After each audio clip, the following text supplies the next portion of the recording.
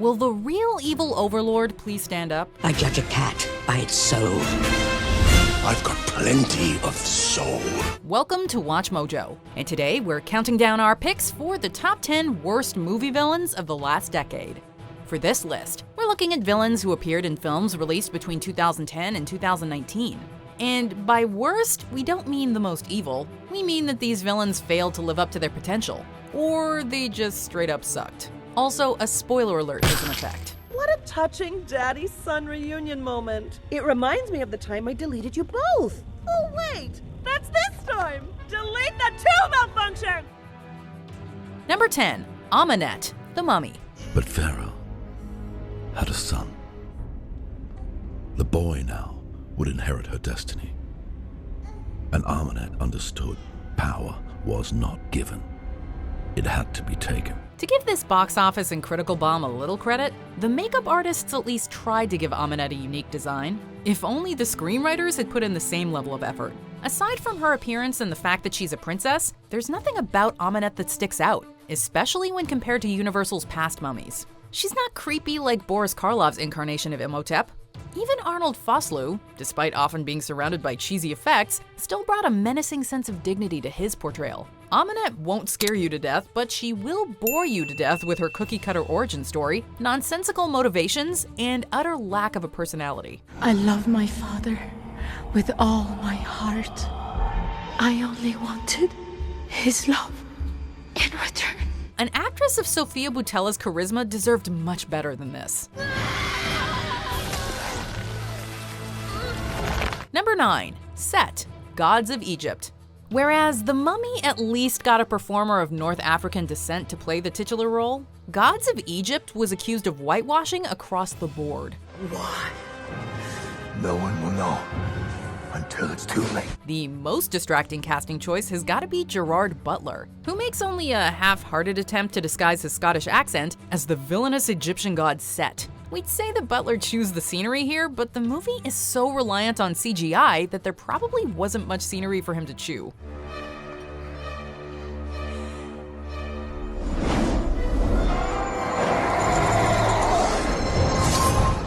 Speaking of which, Set becomes even harder to take seriously whenever Butler turns into a ridiculous CG abomination. Any way you cut it, Set is a far cry from, say, Leonidas. I can understand killing for a crown, but this is madness. Madness. This is Sparta! Number 8, Vivian Nimue, Hellboy. You can tell that the Hellboy reboot was going for a campier tone based on the presence of Mila Jovovich, who specializes in B-movie horror. Jovovich plays Vivian Nimue, also known as the Blood Queen, also known as the Lady of the Lake. We're forced to surrender to Nimue, the Queen of Blood. Well, well, well. The great King Arthur comes to Pendle Hill. While not the most complex villain, Jovovich could have had a lot of fun here by hamming it up. But instead of going over the top, Jovovich generally looks bored in the role, delivering her lines with zero emotion and a listless straight face. Even when the Blood Queen gets decapitated, the actress only appears marginally invested. When your villain is a sorceress who spends part of the movie cut up into pieces, the last thing she should be is dull. Like the rest of the film, Nimue is a bloody waste. Lady, quit while you're ahead. Number 7, Fire Lord Ozai, The Last Airbender. Although Admiral Zhao is initially given more screen time, Fire Lord Ozai is the true big bad of the Avatar universe. If this live-action adaptation was your introduction to the franchise, however, you'd never understand why the Fire Lord is supposed to be such a big deal. The original show spent 2 seasons building up Ozai before finally unveiling his face. You have redeemed yourself, my son.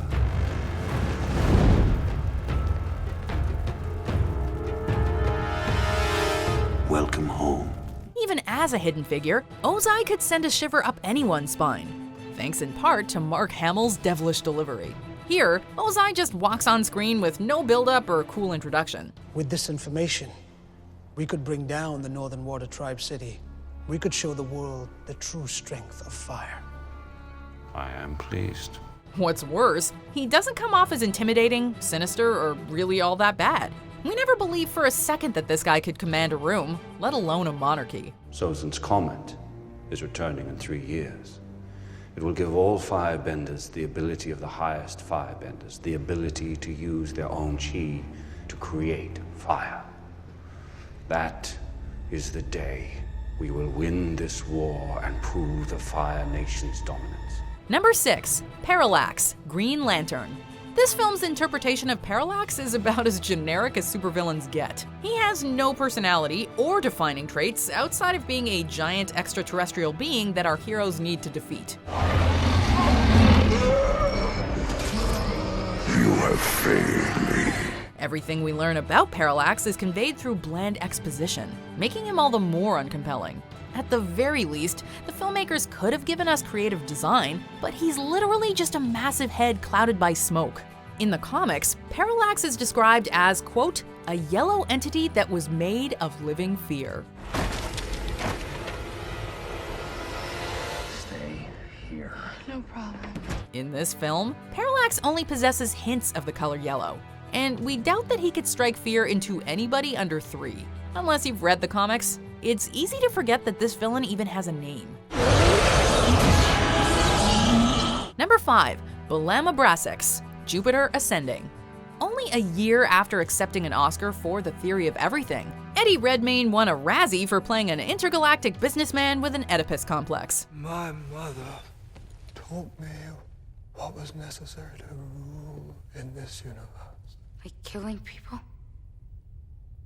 I create life! And I destroy it.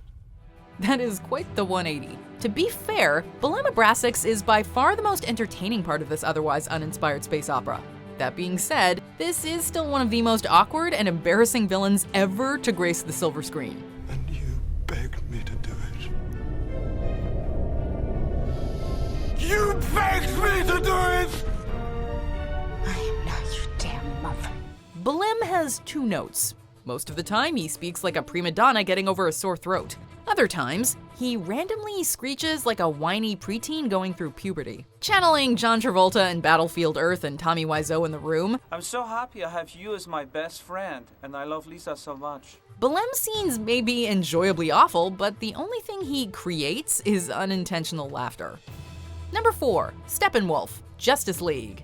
If Justice League was supposed to be DC's answer to the Avengers, then we guess that Steppenwolf was intended to be the cinematic universe's equivalent to Loki, except without the charm, or humor, or engaging backstory, or anything remotely memorable. I think there's an attack coming. Not coming, Bruce. It's already here. They called him Steppenwolf, the end of worlds. He lived only to conquer. Heck, the most this guy has in common with the God of Mischief is his helmet, which many people would agree was Loki's lamest feature. I will take my place among the new gods. Find the last one. Its power will cleanse this world.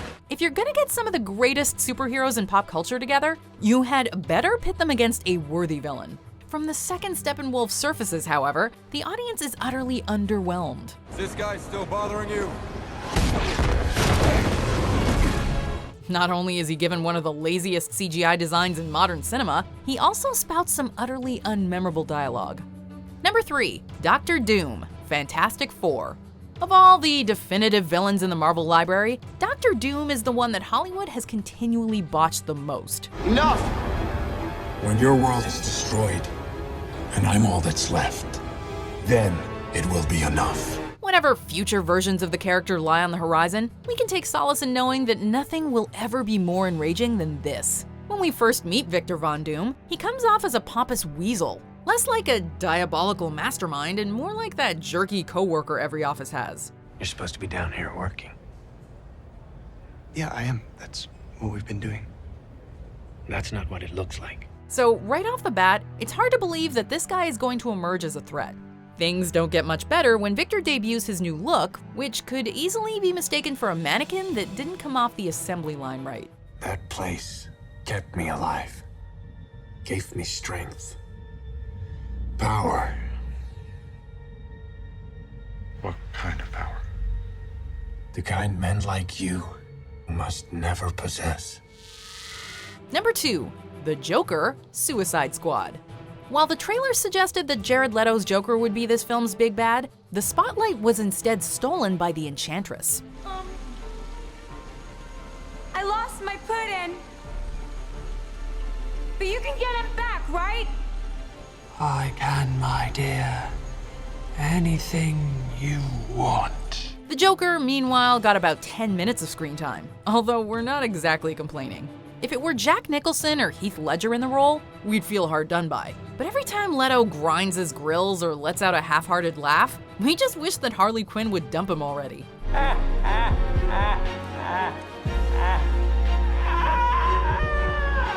We're not sure what the inspiration for this portrayal was, but Leto's Joker comes off like a Hot Topic patron trying to act edgy if you crossed him with the mask. Spoken!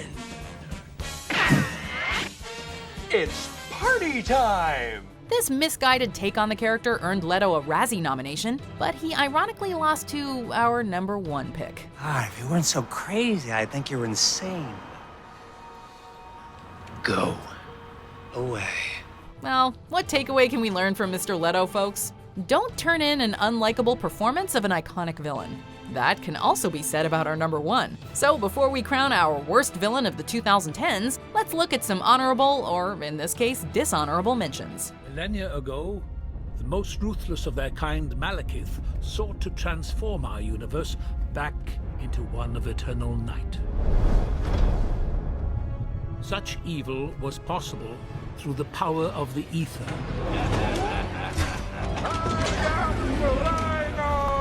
I told you I would be back! Optimus, all I ever wanted was the survival of our race. You must see why I had to betray you. You didn't betray me. You betrayed yourself. Sweet, gentle children, you who weep molten pearls of innocent tears, dry them, dear Nimbus, for I have sprung you from life's cruel dungeon, and hereby grant you liberty! And now, foolish child, he ignites it and kills his true enemy. Before we continue, be sure to subscribe to our channel and ring the bell to get notified about our latest videos. You have the option to be notified for occasional videos or all of them. If you're on your phone, make sure you go into your settings and switch on notifications. Number 1. Lex Luthor, Batman vs. Superman, Dawn of Justice. We know better now, don't we? The devils don't come from hell beneath us, no. No, they come from the sky. Batman vs. Superman is actually a movie that tries way too hard to be dark and brooding. Except when it comes to Jesse Eisenberg's portrayal of Lex Luthor. Giggling, urinating in jars, and shoving Jolly Ranchers in people's faces, this version of Luthor seems better suited for Joel Schumacher's Batman movies. Boy, do we have problems up here. The problem of evil in the world. The problem of absolute virtue. On second thought, even Schumacher would probably tell Eisenberg to take it down several notches. Whatever Eisenberg was going for, it is not Lex Luthor. He's more like Mark Zuckerberg if he tried to take over the world a different way. Honestly, he's just one bazinga away from being Sheldon Cooper. Even if you took all knowledge of his calculating comic book counterpart out of the equation, this movie's villain would still be an epic fail. But a villain cannot be a wrong! He's hungry. He's found us. And he's coming!